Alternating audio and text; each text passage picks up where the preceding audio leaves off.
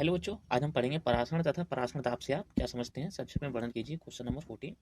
ठीक है ना। तो देखिए क्या होता है परासरण, जिसको हम ऑस्मोसिस बोलते हैं। कह रहा है चूंकि गैसों की भांति द्रव विलयनों में भी विसरण डिफ्यूजन का गुण होता है, जिस कारण विलयन अपने सभी कणों में सांद्रण एक समान रखने की प्रवृत्ति दिखाता है। मतलब क्या ये विलयन है जो गैसों की भांति, ठीक है ना, अपना सांद्रण दिखाने की प्रवृत्ति को रखता है। ठीक है ना। कह रहा है विलयन के इस महत्वपूर्ण गुण को परासरण कहा जाता है।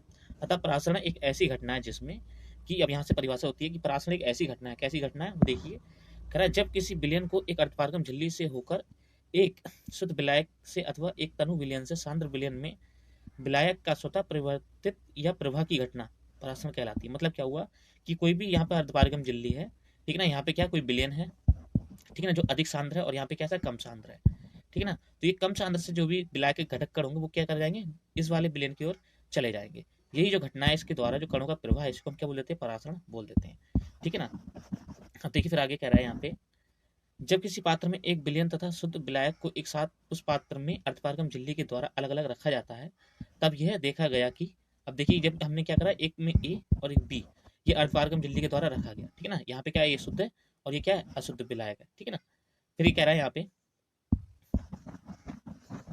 कह रहा है पात्र में विलायक अपने शुद्ध विलायक क्षेत्र को छोड़कर अर्धपारगम झिल्ली से होकर विलयन के क्षेत्र में विसरण या डिफ्यूजन या प्रवाहित फ्लो होने लगता है। ठीक है ना। जैसे मैंने आपको बताया, ए क्षेत्र से बी की ओर अर्धपारगम झिल्ली से होकर जाने लगता है। ये हमारी क्या अर्धपारगम झिल्ली है, ठीक है ना।